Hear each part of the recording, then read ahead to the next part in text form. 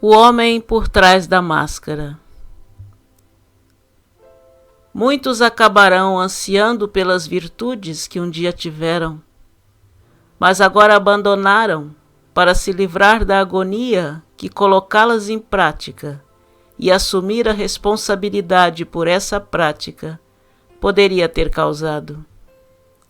Assim, não admira que os filósofos insistam em que são necessárias qualidades exclusivas, esparsamente outorgadas como mentes nobres, conhecimento sólido e caráter forte, às vezes também nervos de aço, para resistir a essa tentação e, portanto, recusar-se a se entregar. São palavras do filósofo e sociólogo polonês Zygmunt Bauman. Por outro lado, em dezembro de 2017, a revista Ebony escreveu: sentado no sofá ao lado de Michael Jackson, você rapidamente olha além da luz do ícone enigmático, quase uma pele translúcida, e percebe que esta lenda afro-americana é mais do que superficial, mais do que um artista, mais do que um cantor ou dançarino. O adulto pai de 3 filhos revela um seguro, controlado e maduro homem que tem muita criatividade dentro de si. Definitivamente, uma larga distância separa a aparência e a essência das coisas e das pessoas, principalmente se as observamos apenas ao alcance dos nossos 5 sentidos. A criação divina é um repositório de impressões, de conhecimentos, de experiências e de aprendizados de múltiplas existências. E é um equívoco muito primário tentarmos compreender um ser apenas com base no contexto do presente. Tudo na criação tem passado, presente e futuro, pois o universo será sempre uma obra inacabada e em permanente renovação. Tudo que existe teve um começo e sempre terá um amanhã diferente. E somente a espécie humana tem a faculdade de plasmar o seu futuro na razão direta do arbítrio dos seus pensamentos, sentimentos e atitudes.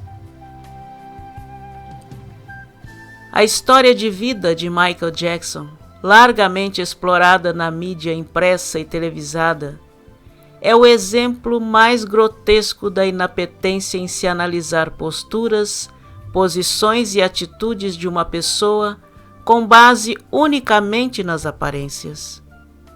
Aparência não é essência. E fazem pior, porque não somente exploram e divulgam o que supõem ser, antes disso, julgam, condenam e sentenciam. Nada é o que parece ser, uma sábia assertiva, pois o que parece ser somente o é sob a nossa ótica. A versão Jackson do mundo das formas, do ponto de vista dos 5 sentidos, já correu o mundo, já rendeu fortunas a aproveitadores e está na mente da maioria das pessoas. Mas e o homem de trás da máscara? Quem é que viu? Quem é que tentou conhecer? O lado por trás das máscaras do mistério é o lado que não dá ibope e não vende jornais. Tampouco sei se o que parece ser para mim é o real. Por isso, reflexões e conjecturas. Uma versão que não muitos poderão compreender e não muitos levarão em conta, mas que no limiar de uma nova era do planeta é preciso começar a refletir além dos 5 sentidos terrenais. Michael Joe Jackson, este é o homem, porque o gênio da arte é apenas uma parte dele. Sem dúvida a mais visível e evidente, mas apenas uma parte do ser. Um homem diferente, um homem incomum. Sentimentos, comportamentos, visões, valores e atitudes diversas do status quo. Somente isso. Eu diria que um ser à frente do nosso tempo e acima do nosso nível de saber, por isso incompreendido e ridicularizado pelas mentes restritas ao que é palpável e materializável. Nem de longe simplesmente um excêntrico. Sua suposta excentricidade me soa apenas como a expressão de uma alma incomum, inserida em um contexto que lhe é estranho e adverso. Michael não é polêmico, excêntrico nem pirado. É um gênio. E os gênios são livres. São coerentes com a sua natureza. São autênticos. Não estão preocupados em agradar aos outros, nem se encaixarem na hipocrisia social, se isso vai violar a sua identidade interior. Os gênios só agradam aos outros se o ato de agradar lhes dá prazer. Fazer as pessoas felizes dava prazer a Michael, e ele se desdobrava para proporcionar felicidade, principalmente às crianças e ao seu público.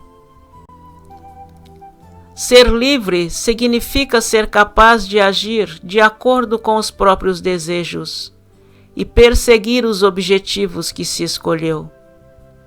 Outras sábias palavras de Zygmunt Bauman. Michael sempre foi um quebrador das regras, dos modismos e do gregarismo de uma sociedade doente e hipócrita, que dita regras, cobra obediência às regras ditadas, mas não as segue dentro de si própria. Cria o véu da hipocrisia e só é aceito como normal os cegos que se deixam manipular pelos impositivos que os homens decidem se é correto ou não.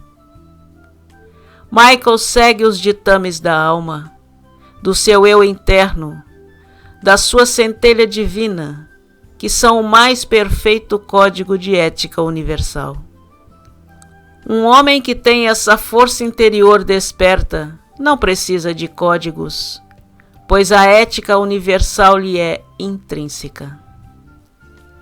Ele ama e convive com todos os seres da natureza sem distinção, plantas, animais e humanos.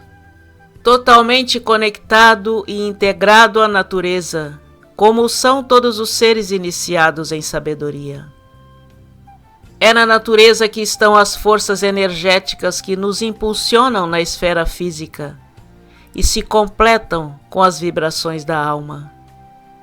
Não precisa ser uma planta bonita, um animal delicado, uma pessoa agradável, porque Michael ama toda a criação divina.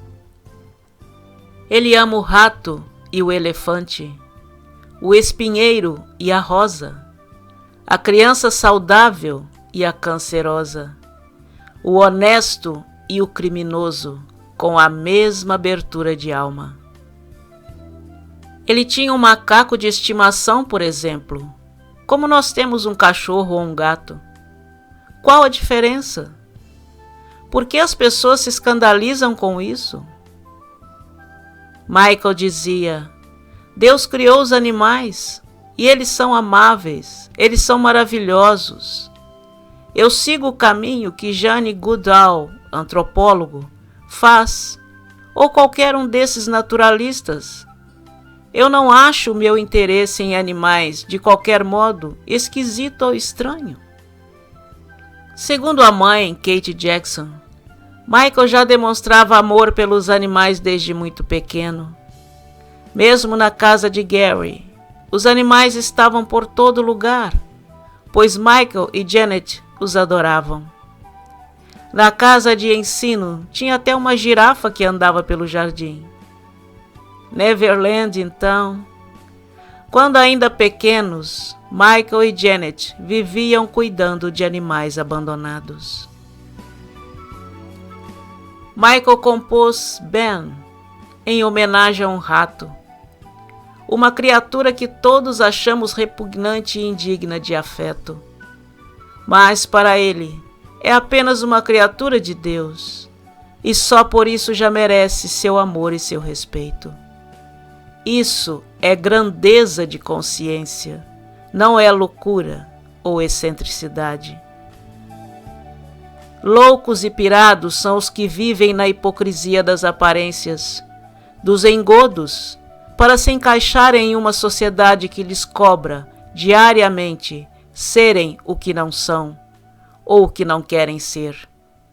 Michael simplesmente é. Somos territoriais, de afetos circunscritos. Amamos nossos familiares, nossos amigos, nossos agregados. Michael é universal, ele ama o mundo. Não somente seus príncipes são seus filhos, antes o são em sua alma todas as crianças do planeta. Esse planeta que ele se propôs a curar das chagas da indiferença e do abandono. Em uma de suas entrevistas, se disse desconfortável em intitular-se americano, porque não se sentia circunscrito a um país. É um cidadão do mundo, porque sua alma não conhece fronteiras, raças ou culturas. Michael não é assexuado, nem homossexual.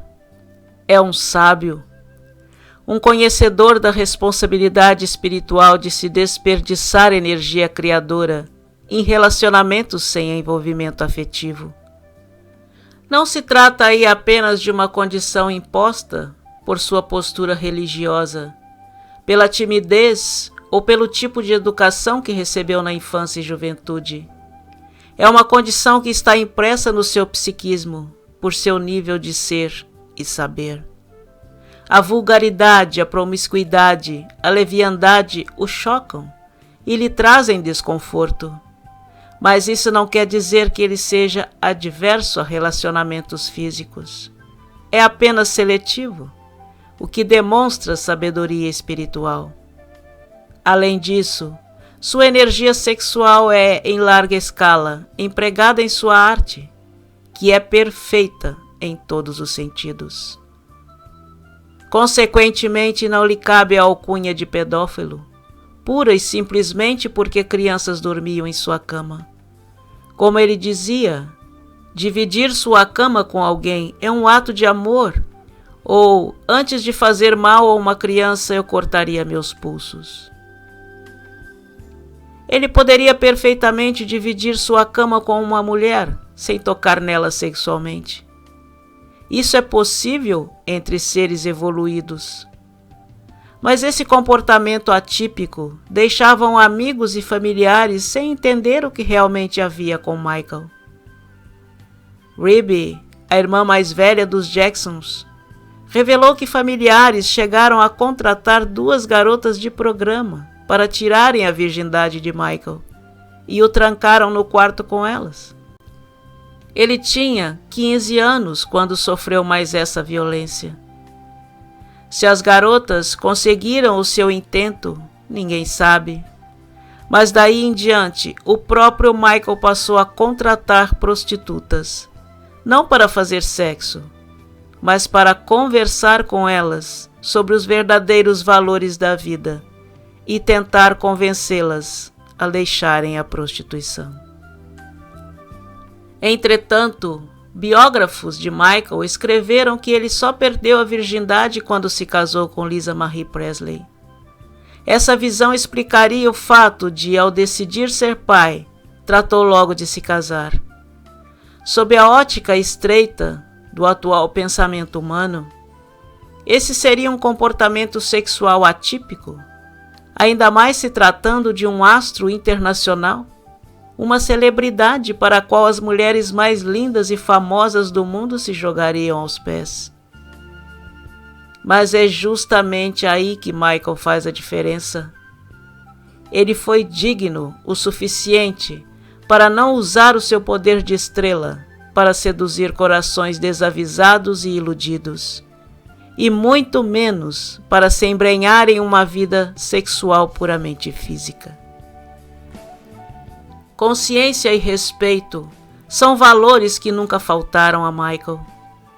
Consciência e respeito em relação aos outros e principalmente com relação a si mesmo. Ele dizia: nem preciso dizer que amo a interação entre os sexos.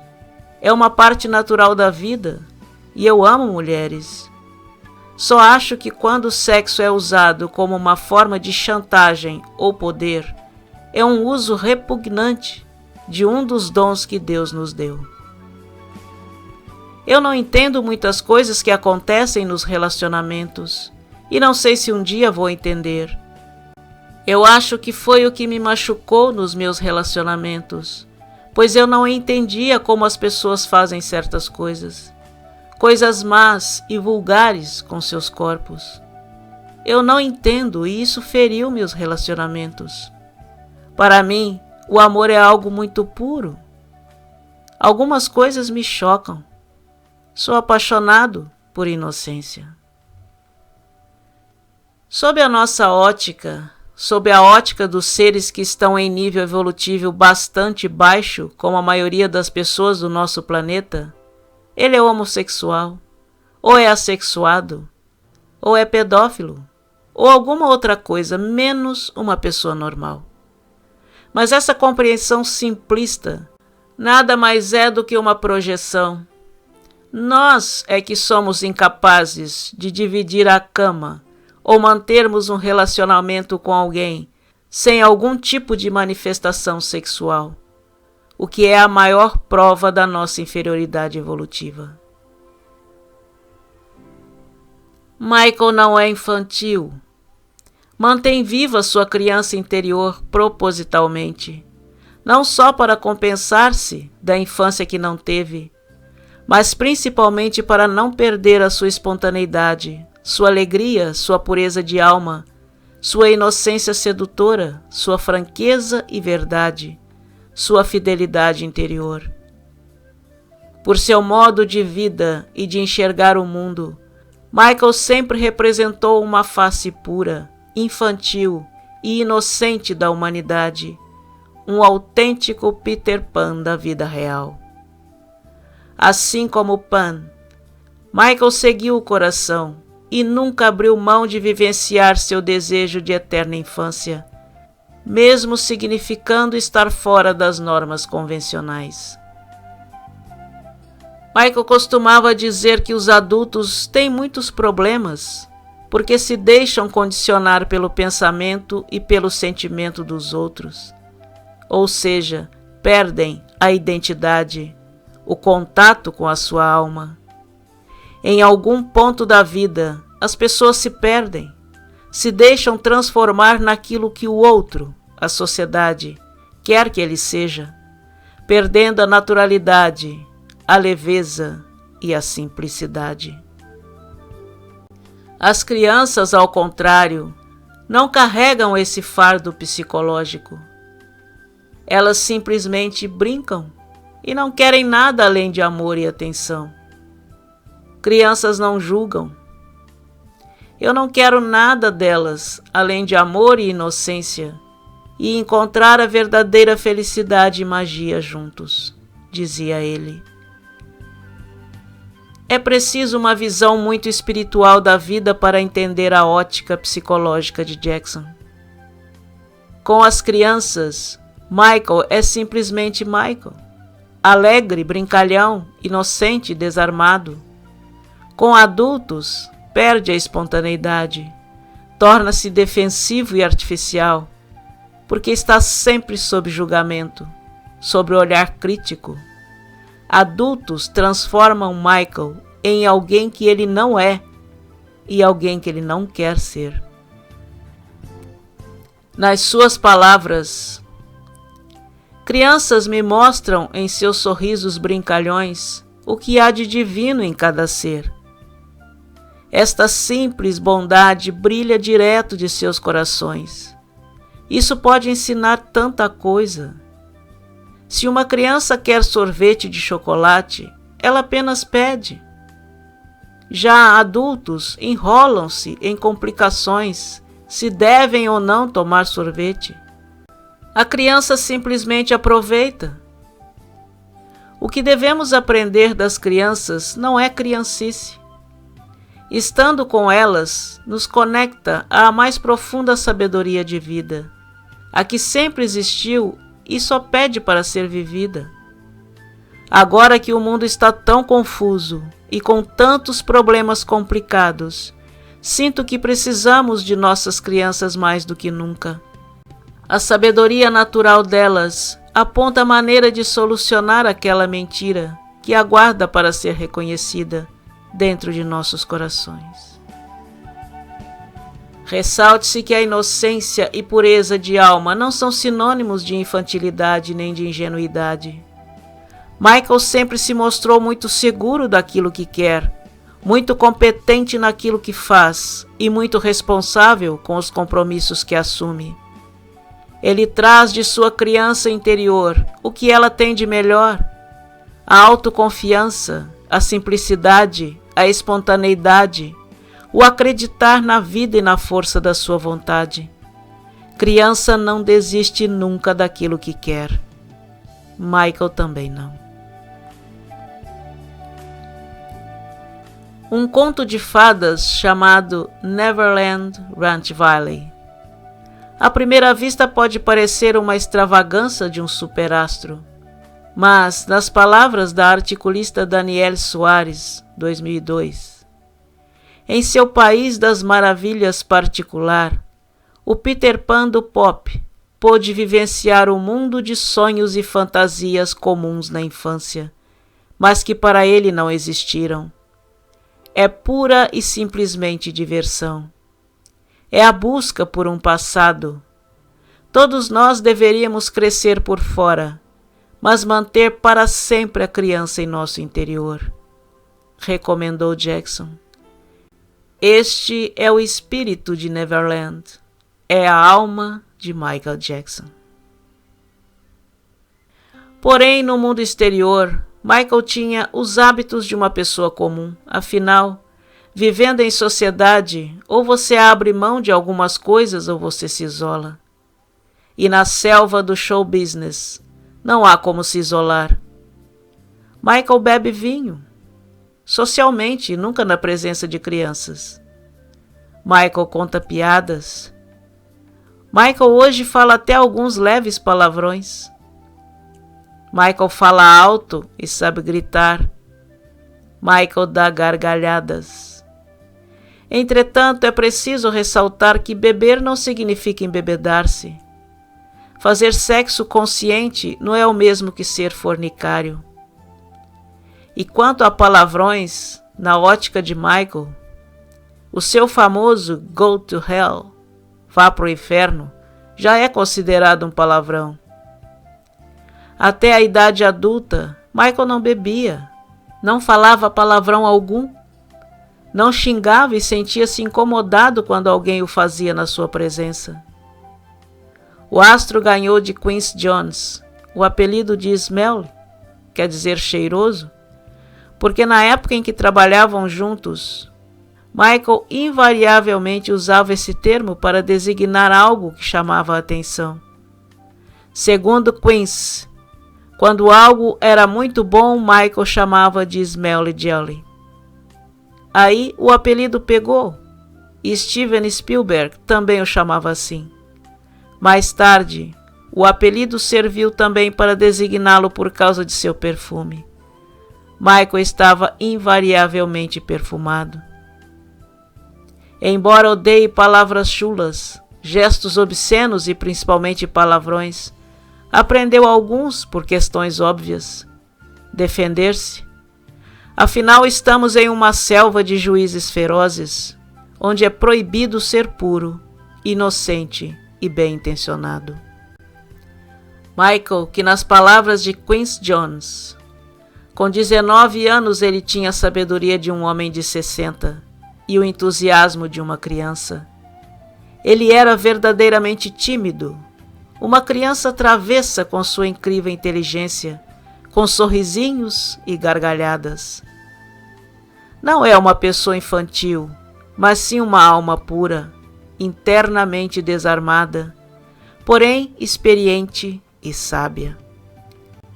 Smokey Robinson costumava dizer que Michael era uma alma velha em um corpo jovem. Durante a infância e adolescência, era carinhosamente chamado de semi-45, pois ninguém entendia sua maturidade precoce. Vemos isso pelo seu engajamento ativista, pela consciência e visão de mundo demonstradas em seus discursos e entrevistas, pelo sucesso na educação de seus 3 filhos, espertos, inteligentes, amáveis, educados, gentis e perfeitamente sociáveis. Não são posturas e feitos de uma pessoa mentalmente infantil, especialmente o seu tino e visão de negócios. O rabino Shmuley Boteach foi muito feliz em sua reflexão. De onde vem essa disciplina? E principalmente, Michael, é importante que isso seja comentado, pois as pessoas, os seus detratores, irão te criticar e dizer: Michael é uma criança, ele se comporta como uma criança. Quando a verdadeira definição da maturidade que todos concordam envolve a capacidade de demorar em gratificar. Quando outras pessoas agem impetuosamente e você consegue ser paciente e esperar pelas coisas em seu tempo próprio, isso é considerado a essência da maturidade e autocontrole. Manter a pureza de alma em um mundo conturbado, tomado pelos egos de sua humanidade, é um feito espiritual memorável. É necessária uma considerável robustez evolutiva para não se deixar seduzir ou manipular pelos poderes e encantamentos terrenais. Essas foram as palavras de Michael no discurso de agradecimento na entrega do Prêmio Grammy em 1993. Minha infância foi tirada de mim por inteiro. Não havia Natal, não havia aniversários. Não foi uma infância normal, nem teve as alegrias de infância normal. Essas foram trocadas por trabalho duro, luta e dor, e mais tarde por sucesso material e profissional. Mas, como um preço terrível, aquela é uma parte da minha vida que eu não tenho como recriar. Hoje, apesar de tudo, eu me sinto como um instrumento da natureza quando crio a minha música. Fico pensando que deleite a natureza deve sentir quando abrimos nossos corações e expressamos os talentos que Deus nos deu. Um som de aprovação rola através do universo e o mundo inteiro se enche de magia. Maravilhamento que preenche os nossos corações, pois tivemos um relance, por um instante, da ludicidade da vida. E é por isso que eu gosto tanto de crianças e aprendo tanto em estar perto delas. Eu percebo que muitos dos problemas do nosso mundo hoje, da criminalidade urbana às guerras de grande escala e ao terrorismo, e às nossas prisões superlotadas, resultam do fato de crianças terem tido suas infâncias roubadas. A magia, o encantamento, o mistério e a inocência de um coração de criança são as sementes da criatividade que irá curar o mundo. Eu realmente acredito nisso.